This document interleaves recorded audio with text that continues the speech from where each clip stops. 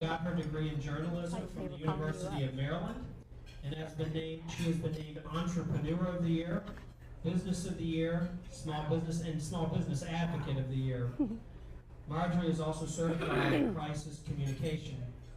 In 2016, she trekked 500 miles on the Camino de Santiago in Spain. Her daughter will be graduating from Georgia Tech this year with a PhD in robotics and machine learning. Quite a gene pool there. So again, I would like to thank you for being here, and I'd like to welcome you, and please give a round of applause for Marjorie. I'll be back here ready to. Thank you. Caleb, I want to thank Caleb. Thank you for the nice introduction, and also congratulations on 20 years at Buy Local Savannah. Woo! I have to point out Michael Plummer. Do you know when we sat down at the very first, I guess it was board meeting at the Savannah Bank? Is that where we were? They wouldn't give us a loan. No, they wouldn't. But we had marching orders, and we all went back to Yates Astro, and we had a wet bar there that we called everybody to. So I see where the tradition continues here. That was interesting. So anyhow, so this is what's going to happen today. I am going to show a 2-minute video of the past 25 years. I didn't put it together very well, but it's just 25 of highlighting the top 25 campaigns that we've done over the past 25 years. So Caleb, here we go.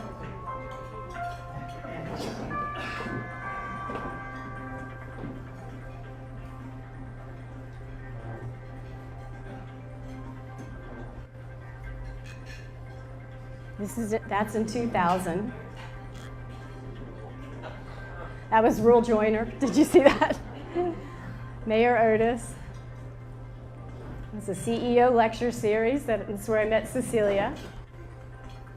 That was a trip to Bosnia. A Creative Minds lecture series at Savannah Country Day. And we got into all the lead green stuff.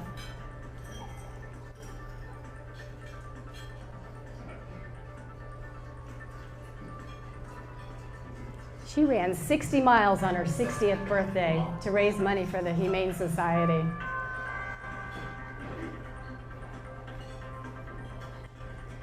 This is short, it's only 2 minutes.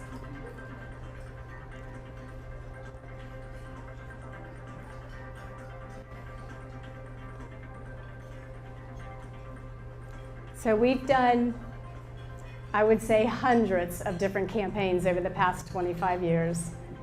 It's kind of hard to narrow it down just to 25. Of course, I love my score, folks.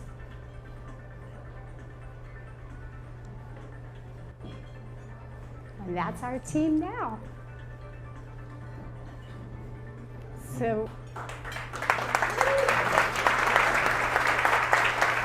So it's been 25 years, and that all looks really glamorous, but what I'm going to talk to you all about today are some hurdles that I've had to overcome owning my business. I don't want you all to have to make the same mistake that I've made in the past. So one of the first mistakes that I made was naming my company Carriage Trade. Oh, what is that?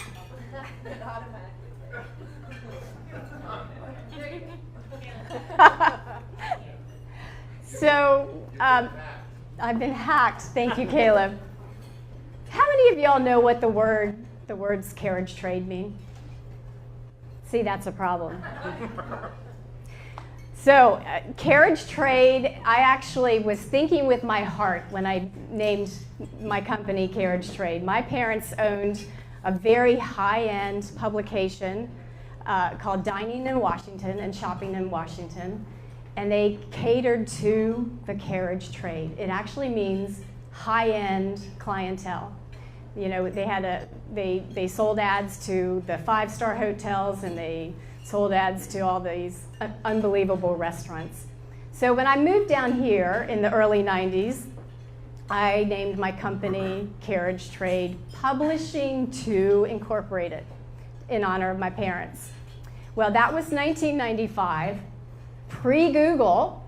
Google shows up 3 years afterwards, and I went, oh my, we're going to need to be better optimized online with keywords. What the heck is a carriage trade? So I went back to the Secretary of State and did a DBA as Carriage Trade PR. So that helped us in the search engines with public relations. So if I had to do it again, it would probably be Savannah PR with better keywords with the name of my company. But 25 years into it, we're very branded online, and I'm not going to change it now. So that was definitely one hurdle that I had to overcome. Another hurdle was being incredibly overwhelmed as a new business owner. Anybody ever experienced being overwhelmed? Yes. So I'm going to try and give you some ideas of how I helped with that. So, all right, so 1995 I started the business. I was 35. 2 years later, I get divorced. So now I'm double overwhelmed. I moved from Richmond Hill up to Isle of Hope, and I had to learn how to cut the yard and take out the trash and all those things that you had for the past 16 years. And I was so overwhelmed that I could only work from 9 o'clock in the morning till 3 in the afternoon, because that's when my daughter was in school, and she was all of 9 at that time. So I ended up working myself almost to death. I worked, it was just stupid, and I couldn't really figure out a way to make more time until I met a business coach. And one of the things she did was we went into her office and we sat down and we wrote down every single job that I was doing. I had to do, I had writers, I had videographers. I had to do the videography, I had to do the research. People think that PR is just, write a press release and send it in. They have no idea. You got to research keywords, you got to, optimize things online. There's a whole lot more to it than you would imagine. So I sat down with this business coach a full day, and at the end of the day, the walls were just full with yellow sticky Post-it notes. And she ended up saying, okay, these 20 things are all going to go to a writer. And these 20 things are going to go to a videographer. And these 20 things are going to go to an optimizer. So then it was my job to find folks that I could 1099 out. Because I still couldn't hire somebody because I was only working between 5 or 6 hours a day. So how the heck do you get past that point where you can hire somebody? So once I got the 1099s lined up and working, we were a virtual office from the get-go. How many people use Basecamp? Woo, it's an awesome platform. We've been on since 2005 in the cloud. It adds so much freedom. So we ended up, I would subcontract this work out to all these gals. And I, at that time, was only outsourcing to other stay-at-home moms that wanted to be at home with their kids. Because that's really was always my measure of success. Am I going to be able to raise my daughter by myself? Because I don't have family down here. They were all up in DC. I never said when I make $1 million, I'm going to be successful. I measured it by can I be at home and always be there for my little girl, especially after the divorce.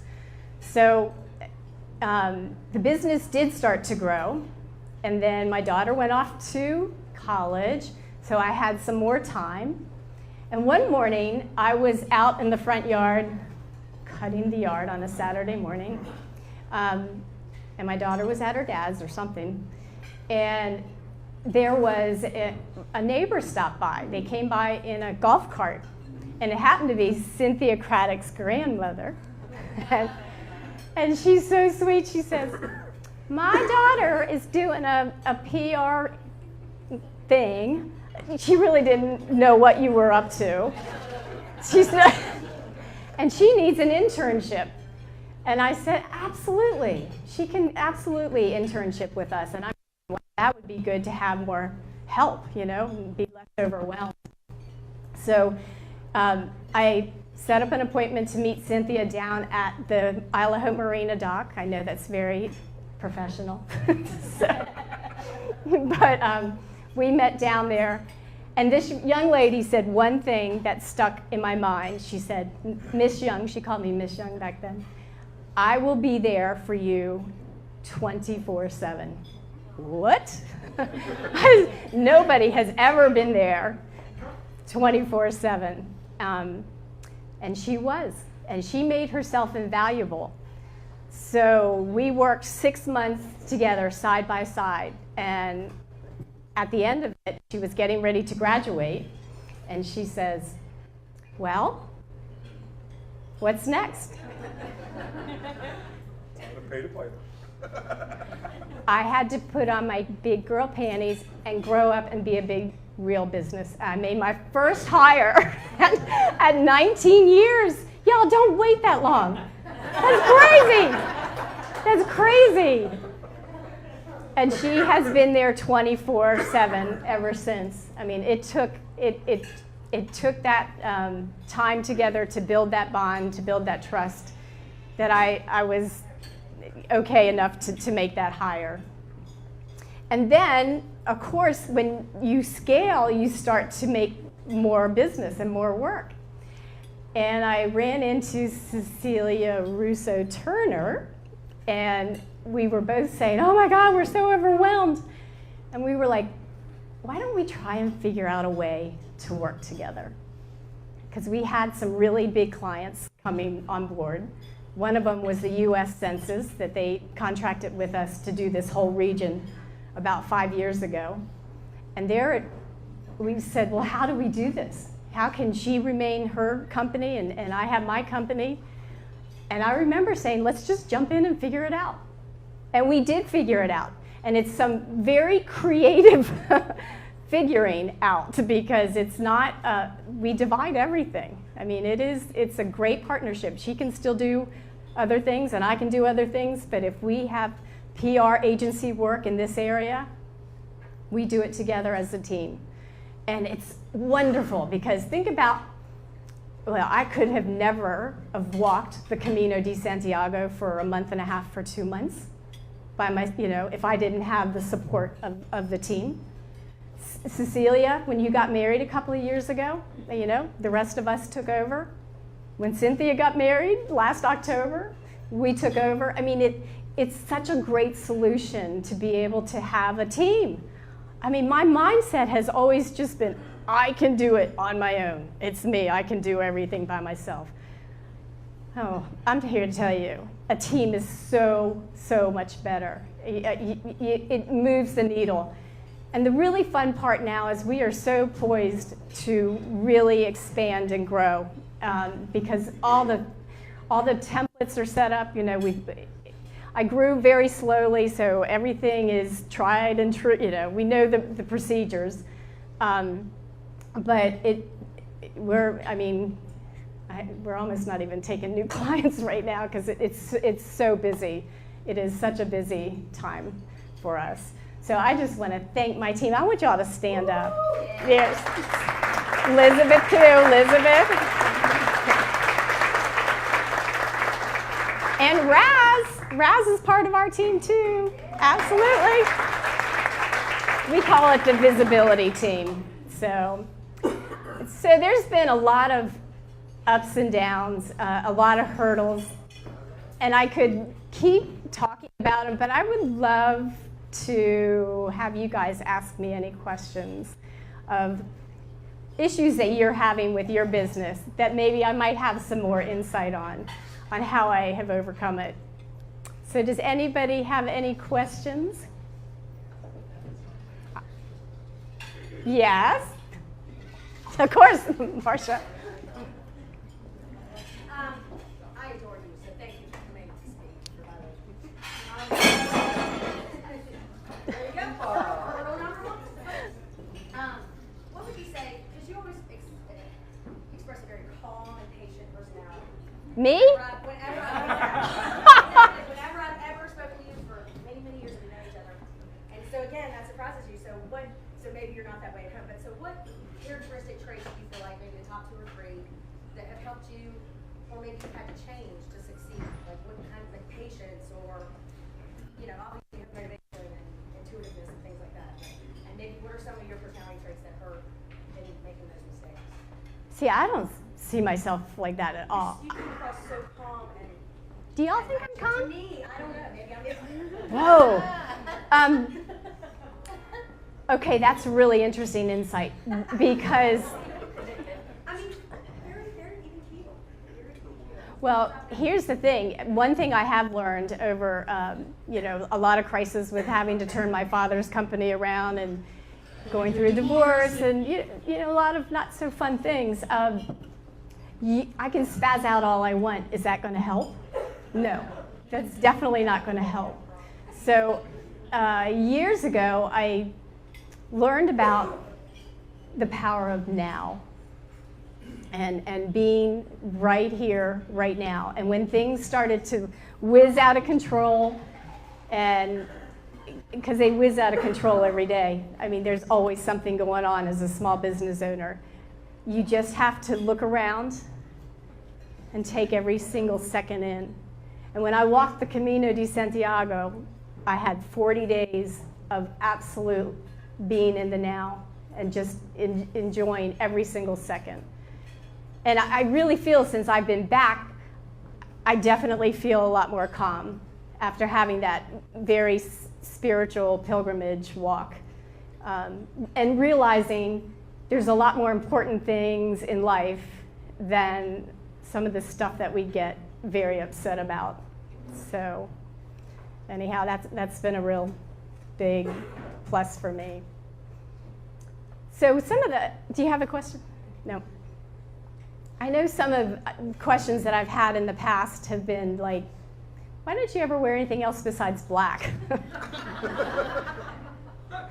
And it goes back to being overwhelmed. When you wake up in the morning and you got a 7, 8, 9, 10-year-old and you've got to get them dressed and, it's one less thing that I had to think of. So I would get up and pull, I had 20 black shirts I could pick from, but that was the only decision I had to make. So yeah, that's just one less thing. My whole house is even organized for being easier. In my washer and dryer area, I also now have my laundry area and my clothes area, because it's like 50 less steps I have to take. I'm telling you, I was so stressed out with being a single mom that everything that I could optimize to figure out how to squeeze 3 more minutes a day in, I did. So what else? Marjorie, you are an inspiration to a lot of people because of not only who you are and what you do, but what you've done for the community. And with a busy person like yourself, can you talk a little bit to these folks about the importance of making time for others? Yes. And your busy world, that's a hard thing to do, but you've done it very successfully. Thank you. So in the beginning, I said yes to everything. And Diane Morrison said you need to figure out how many nonprofits you're going to help a year, because otherwise they're just going to be asking. So I limit myself to about 3 a year, and that's still a lot. I'm so involved with Rotary right now, but it's so in my heart. I mean, that is the largest humanitarian organization on the planet, and there's so many good things that they do. So I'm very involved on a district level. But I would say to find what aligns with your heart and give it all. Like you said earlier, you can't just get up there and sign up and not show up. So I would do, that's what I would do. Michelle? One of the things I learned from you the last time I heard you speak is something I say out loud to myself at least once or twice a week. So tell us about Ohio. Ohio, yes. So this also comes from being very overwhelmed. We all have a million things happening a day, and when something happens, handle it right now. OHIO, only handle it once. So if you're on the phone and you've got to make a calendar date, just don't put it on your to-do list. Only handle it once. Do it right here, right now. So does anybody have any other questions? I love that you remember that. I say it at least once or twice a week, I'm telling you. It's a great acronym. Do you have any, coming up on 25 years, do you have any lessons that you've learned that stand out in terms of like, oh, I really messed up this one time, but I really turned it to learn something that has propelled me forward, perhaps? Besides not naming my company correctly.